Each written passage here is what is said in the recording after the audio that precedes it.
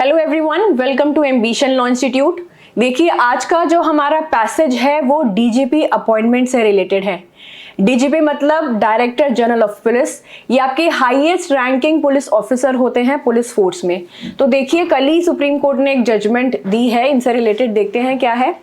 SC मतलब supreme court flag state preference for ad hoc DGP appointment. Ad hoc का मतलब होता है टेम्पररी या फिर प्रोविजनल बेसिस पे। तो देखते हैं क्या है। देखिए, यहाँ क्या लिखा है, सीजीआई। सीजीआई मतलब chief justice of India. Late bench से state are opting for acting police chief of their choice in violation of 2006 verdict directs UPSC to approach top court if process for appointing regular DJP is delayed। तो देखिए, पहले तो ना ये समझिए कि 2006 का जो वर्डिक्ट है, ये क्या वर्डिक्ट है, किसकी बात हो रही है।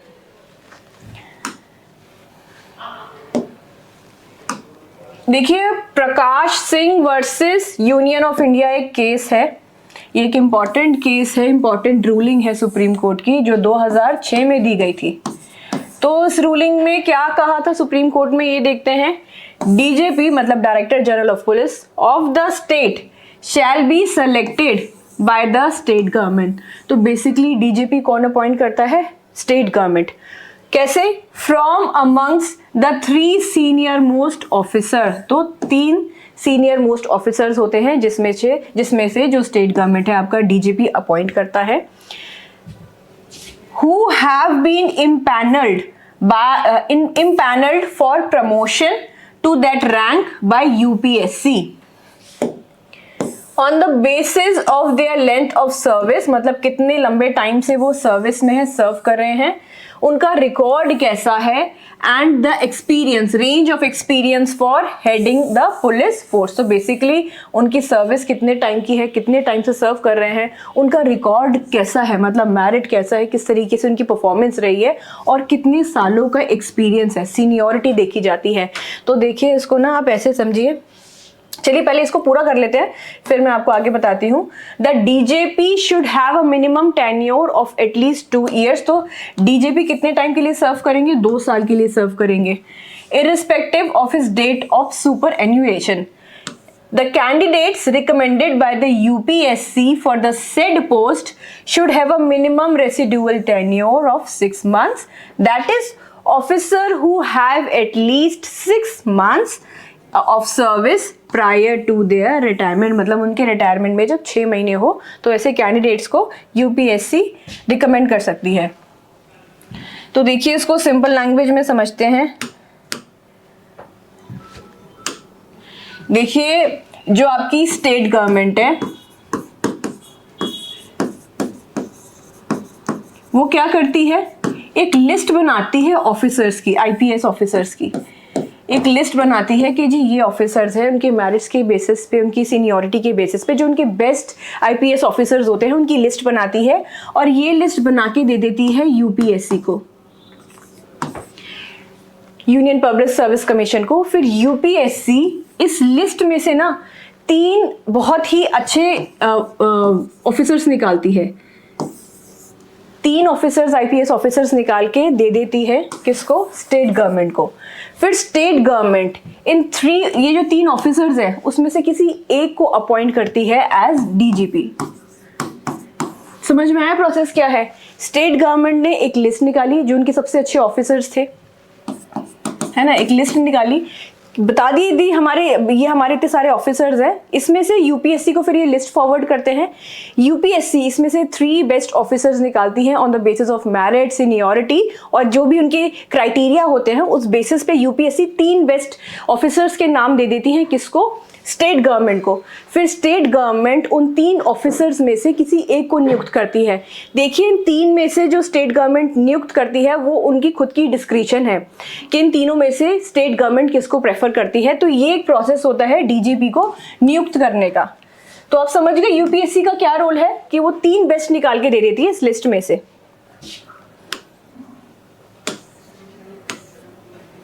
अच्छा, यूपीएससी क्या है, यूपीएससी भी समझिए क्या है। यूपीएससी आपका यूनियंस पब्लिक सर्विस कमीशन है। ये क्या है? एक कॉन्स्टिट्यूशनल बॉडी है जो फॉर्म हुई थी 1 अक्टूबर 1926 को। तो बेसिकली 99 ईयर्स हो चुके हैं इस यूपीएससी को। तो ये क्या है? एक कॉन्स्टिट्यूशनल बॉडी है। कॉन्स्टिट्यूशनल बॉडी क्यों है? क्योंकि हमारे कॉन्स्टिट्यूशन में प्रोवाइडेड है। पार्ट 14 ऑफ द कॉन्स्टिट्यूशन कहां पर है? आप देखेंगे पार्ट 14 में इसका जिक्र किया हुआ है। It is a constitutional body. इसका टास्क क्या है? इसका फंक्शन क्या है? क्या काम करती है यूपीएससी? रिक्रूट करती है officers for all India services and central civil services group A and group B officers through various examination. तो बेसिकली एग्जाम कंडक्ट कराती है और ऑफिसर्स को नियुक्त करती है। जैसे आपका आईएएस ऑफिसर हो गया, आईपीएस ऑफिसर्स हो गए, तो जो भी इस तरह के ऑफिसर्स होते हैं, ऑल इंडिया सर्विसेज होती है और सेंट्रल सिविल सर्विसेज होती है, एग्जामिनेशन के थ्रू यूपीएससी ऐसे ऑफिसर्स को नियुक्त करती है। जब वो एग्जाम क्रैक कर लेते हैं तो वो अपॉइंट हो जाते हैं नेचुरली। तो यूपीएससी, आप समझ गए यूपीएससी है क्या। अब अपनी न्यूज की तरफ चलते हैं कि न्यूज क्या है। Supreme court flag state preference for ad hoc DGP appointment. तो अब देखते हैं कल सुप्रीम कोर्ट ने क्या कहा है इस चीज को लेके। The supreme court on Thursday observed that state were avoiding appointment of regular director general of police। तो डीजीपी की क्या फुल फॉर्म हो गई? Director general of police with fixed tenure of 2 years। तो इनका टेन्योर कितना रहेगा? 2 साल के लिए रहेगा।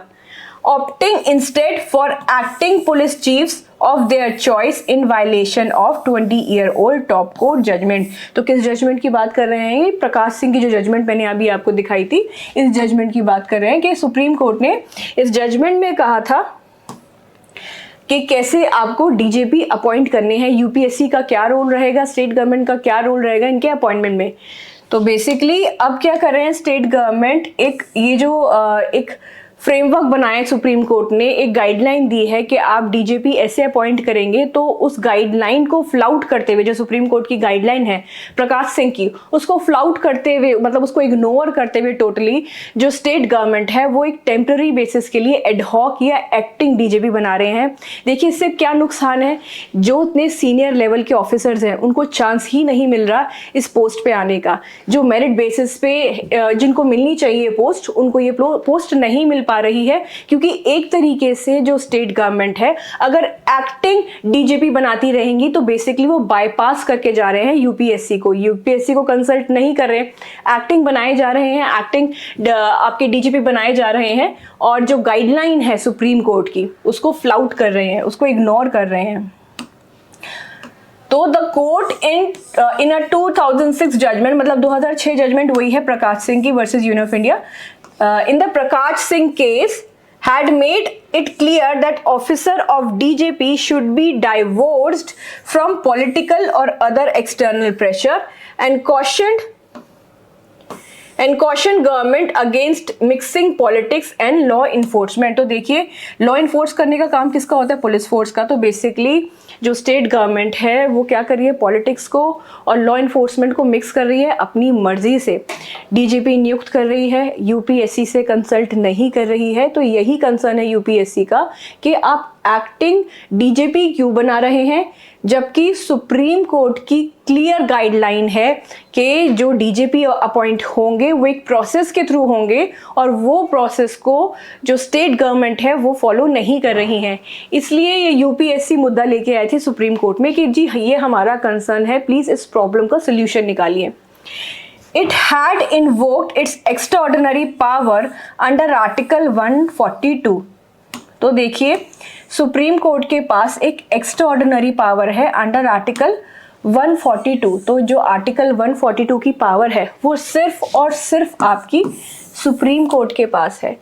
क्या है इसके अंदर कि जब भी कोर्ट को लगेगा कि एक जस्टिस करने की ज़रूरत है, एक कंप्लीट जस्टिस करने की ज़रूरत है किसी भी केस में, तो जो सुप्रीम कोर्ट है वो अपनी इस एक्स्ट्रा ऑर्डिनरी पावर को इन्वोक करके एक कंप्लीट जस्टिस प्रोवाइड कर सकता है किसी भी केस में जो उसको लगेगा कि ज़रूरत है इस केस में एक प्रॉपर जस्टिस होने की। तो सुप्रीम कोर्ट कोई भी डिक्री या ऑर्डर पास कर देगा in order to do complete justice in any particular case. तो आर्टिकल 142 उससे डील करता है और ये एक्स्ट्रा ऑर्डिनरी पावर सिर्फ और सिर्फ सुप्रीम कोर्ट के पास है to direct that DGP must be selected by states from among the 3 senior most and meritorious officers। तो कौन होने चाहिए? सीनियर मोस्ट होने चाहिए एंड मेरिटोरियस, मतलब मेरिट्स के बेस पे जिनकी परफॉर्मेंस बहुत एक्सीलेंट रही है। Empanelled by the UPSC union public service commission, the court had thrown out the concept of acting DGP. तो देखिए जो ये आपकी प्रकाश सिंह की जजमेंट है उसमें भी सुप्रीम कोर्ट ने कहा था कि एक्टिंग डीजीपी जैसा कोई कॉन्सेप्ट नहीं है, तो उन्होंने आउटराइटली रिजेक्ट कर दिया था सुप्रीम कोर्ट ने जो ये एक्टिंग डीजीपी का मैटर है कि इस तरह का कोई डीजीपी नहीं होगा, रेगुलर डीजीपी अपॉइंट होंगे एक प्रॉपर प्रोसीजर के through. It had held that state police chiefs should have a minimum tenure of 2 years, और इनका टेन्योर कितना रहेगा? 2 साल के लिए इनका टेन्योर रहेगा। Subsequent to top court orders, top court मतलब जब भी आप देखेंगे टॉप कोर्ट लिखा हुआ है तो टॉप कोर्ट का क्या मतलब है? Supreme court.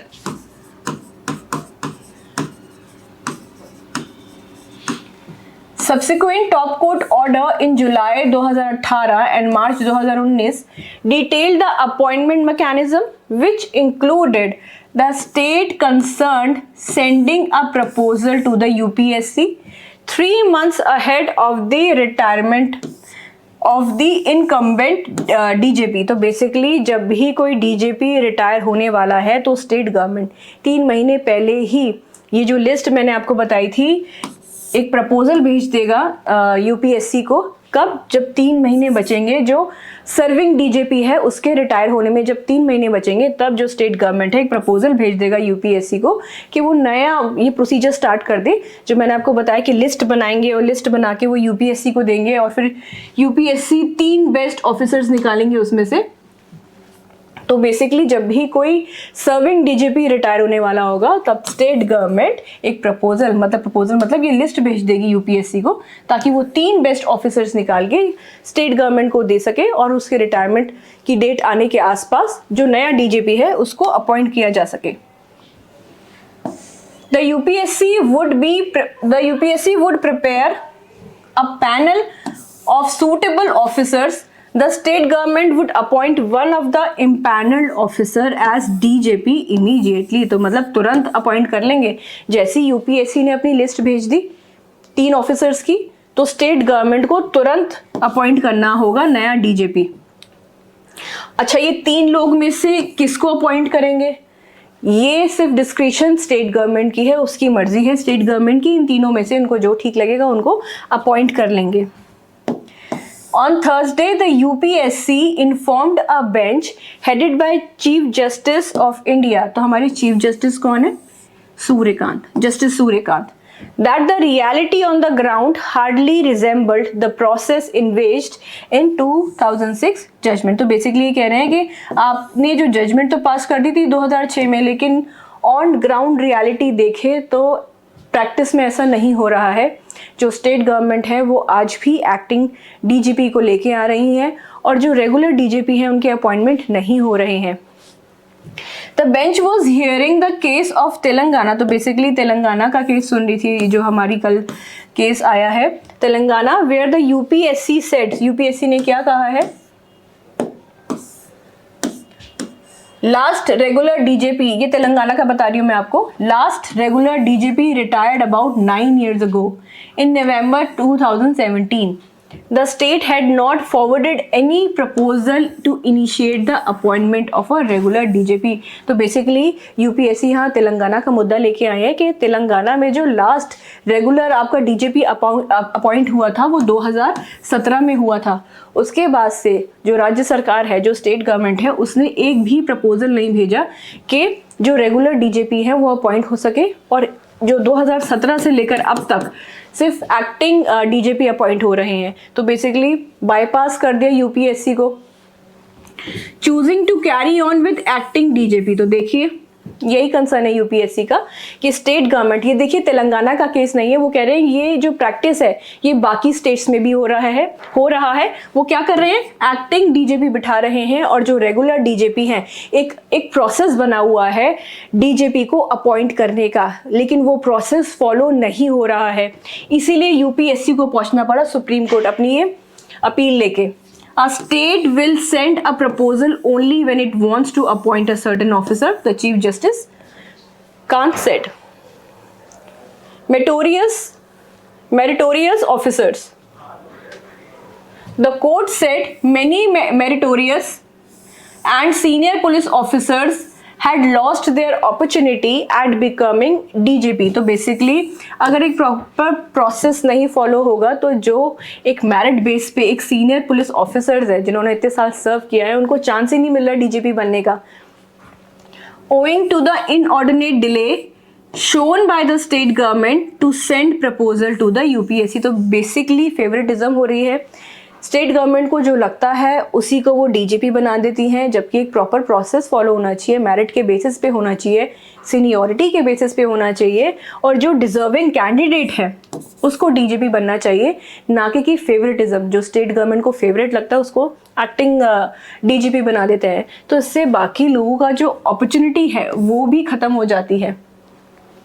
There are several states which keep on delaying the submission of proposal. तो वो कह रहे हैं कि तेलंगाना एक अकेली स्टेट नहीं है, बाकी स्टेट्स में भी ये जो प्रोसेस है ये फॉलो हो रहा है एक्टिंग डीजीपी को नियुक्त करने का. Appointment of regular DGP in total disregard of the direction of the supreme court in Prakash Singh case. तो बेसिकली प्रकाश सिंह केस में सुप्रीम कोर्ट ने जो अपनी गाइडलाइन दी थी कि आप कैसे एक डीजीपी को अपॉइंट करेंगे, वो गाइडलाइन को फ्लाउट किया जा रहा है, नहीं फॉलो किया जा रहा. Ad hoc arrangement by appointing an acting DGP is preferred, the bench observed.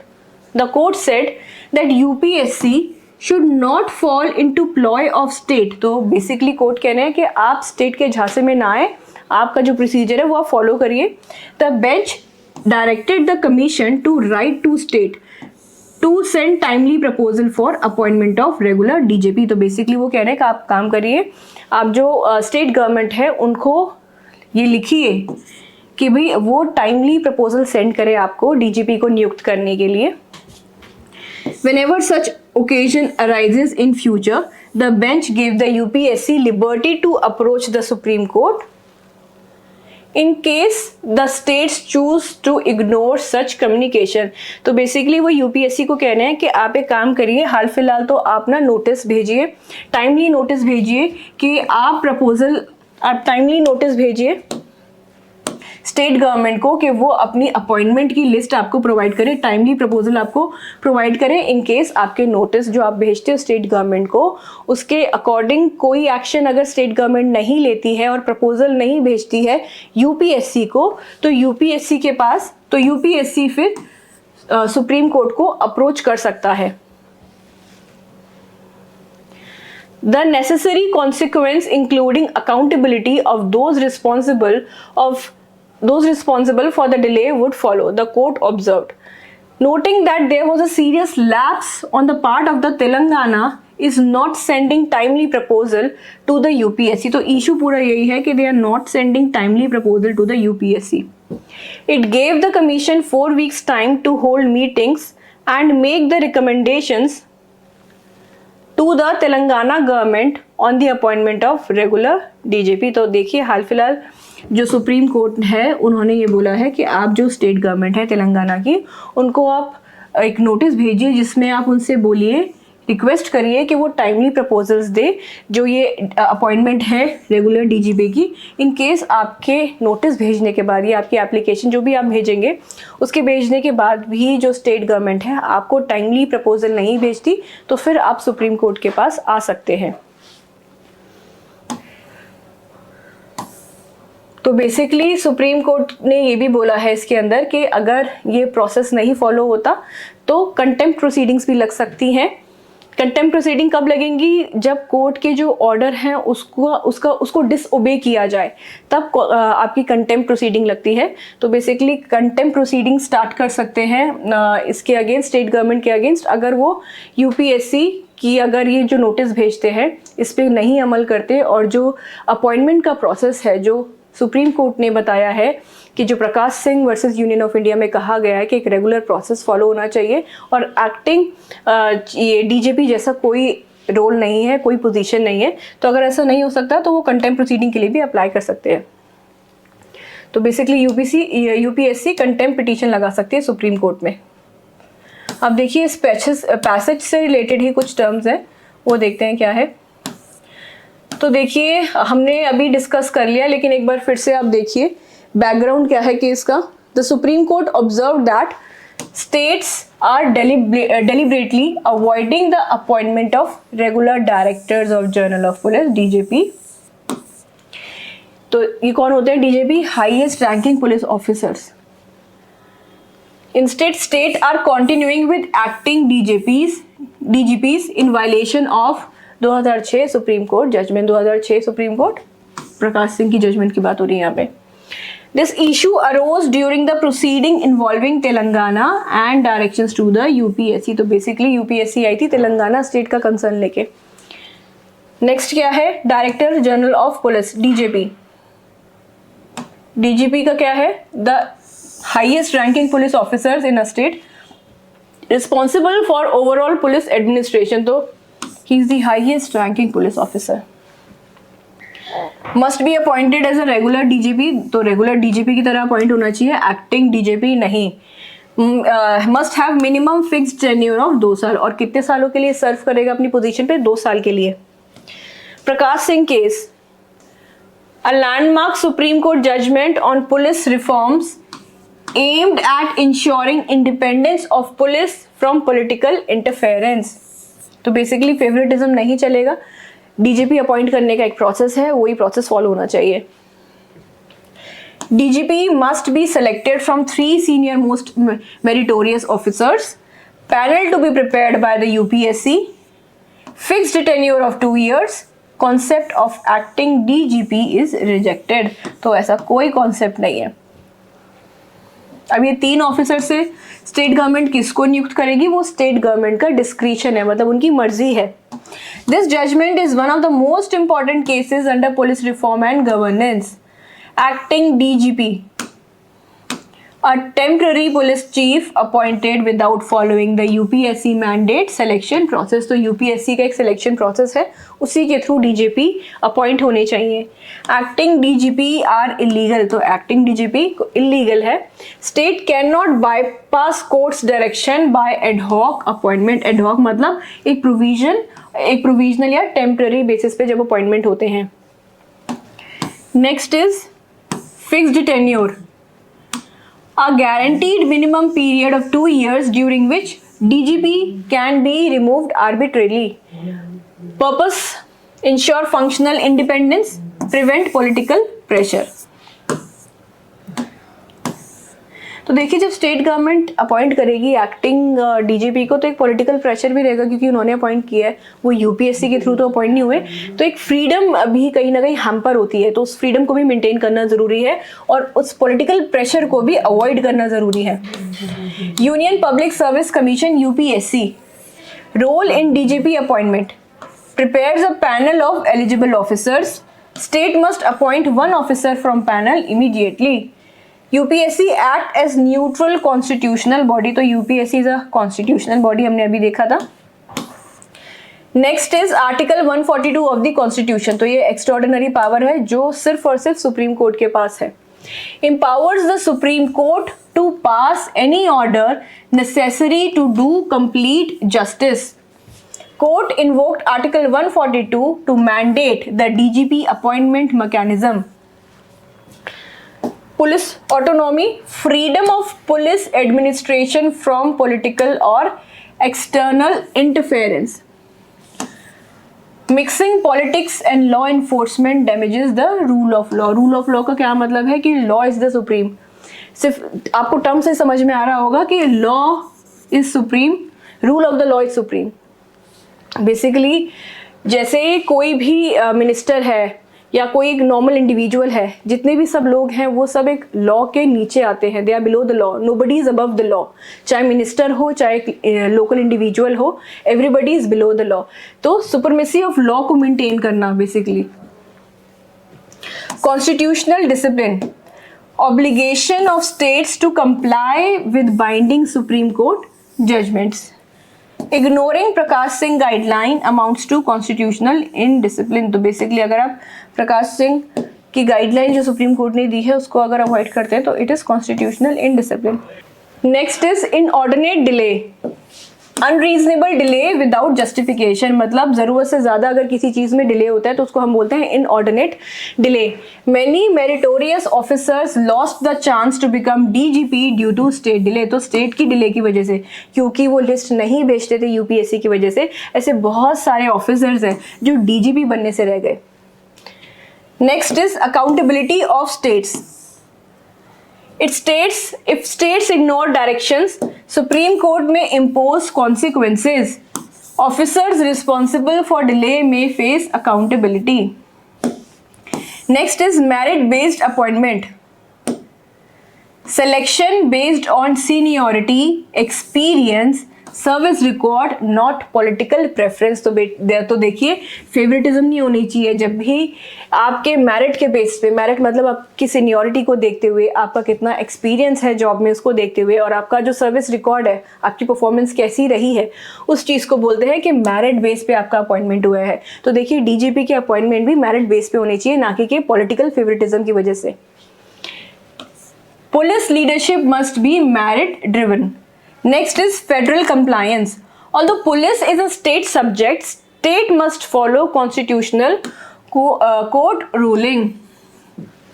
तो देखिए अब इस पैसेज से हमने कुछ MCQ बनाए हैं। आप भी घर पे कोशिश करिए कि जब भी कोई न्यूज़ पढ़ते हैं तो हाथ के हाथ ना उसी से क्वेश्चंस बनाने की कोशिश करिए। अपनी एक कॉपी बनाइए और क्वेश्चंस बनाने की कोशिश करिए। तो इस पैसेज से रिलेटेड कुछ क्वेश्चंस हैं आपके। Which case laid down guidelines for appointment of DGP? तो किस केस की हम बार बार बात कर रहे हैं? Prakash Singh versus union of India. Next is minimum tenure of a regular DGP as per supreme court. Minimum tenure मतलब कितने टाइम तक वो सर्विस में रहेंगे डीजीपी साहब, as per the supreme court. 1 साल, 18 महीने, 2 साल, 5 साल। तो करेक्ट आंसर इज 2 years, 2 साल के लिए वो अपनी सर्विस में रहेंगे। Next is who prepares the panel for appointment of DGP. कौन प्रिपेयर करता है पैनल? कौन प्रिपेयर करता है पैनल? पैनल प्रिपेयर करेंगे, फिर उसमें से 3 ऑफिसर्स निकालेंगे, फिर वो दे देंगे स्टेट गवर्नमेंट को। स्टेट गवर्नमेंट फिर उन 3 ऑफिसर्स में से किसी एक को डीजीपी बनाएगी। तो कौन प्रिपेयर करता है panel? State cabinet, high court, ministry of home affairs या फिर UPSC. UPSC, union public service commission.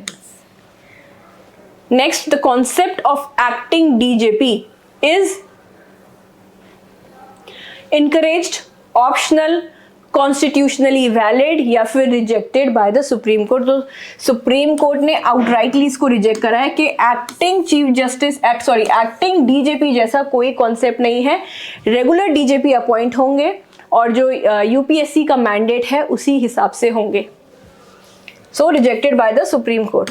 And then last question is, Supreme Court invoked which article to enforce police reforms? तो Supreme Court ने अपने कौन से article की जो power है उसको एक्सरसाइज किया था पुलिस रिफॉर्म्स लाने के लिए? जो पुलिस रिफॉर्म आया इस तरीके का, आर्टिकल 32, आर्टिकल 136, आर्टिकल 142 या फिर आर्टिकल 226। तो एक्स्ट्रा ऑर्डिनरी पावर कहाँ पर है? आर्टिकल 142 में। और ये पावर कौन एक्सरसाइज कर सकता है? सिर्फ और सिर्फ सुप्रीम कोर्ट। देखिए ये बाकी आर्टिकल्स नहीं हो सकते क्योंकि आर्टिकल 32 और आर्टिकल 226 आपकी रिट की बात करता है। 5 तरह की रिट होती हैं जो सुप्रीम कोर्ट में फाइल हो सकती है। सुप्रीम कोर्ट में कहाँ फाइल होगी? Under article 32। और हाई कोर्ट में कहाँ फाइल होगी? Under article 226। और आर्टिकल 136 आपका स्पेशल लीव पिटीशन से डील करता है। तो आपका आंसर क्या हुआ? आर्टिकल 142। तो देखिए ये आपका केस है, कल ही आया है, बहुत इम्पॉर्टेंट है, पता होना चाहिए आपको कि भाई हमारे जो डीजीपी साहब हैं उनका अपॉइंटमेंट कैसे होता है। तो आई होप आपको ये वीडियो समझ में आई होगी। अगर आपकी कोई भी क्वेरी है तो आप कमेंट बॉक्स में जाके मुझसे पूछ सकते हैं। And thank you so much for watching this video.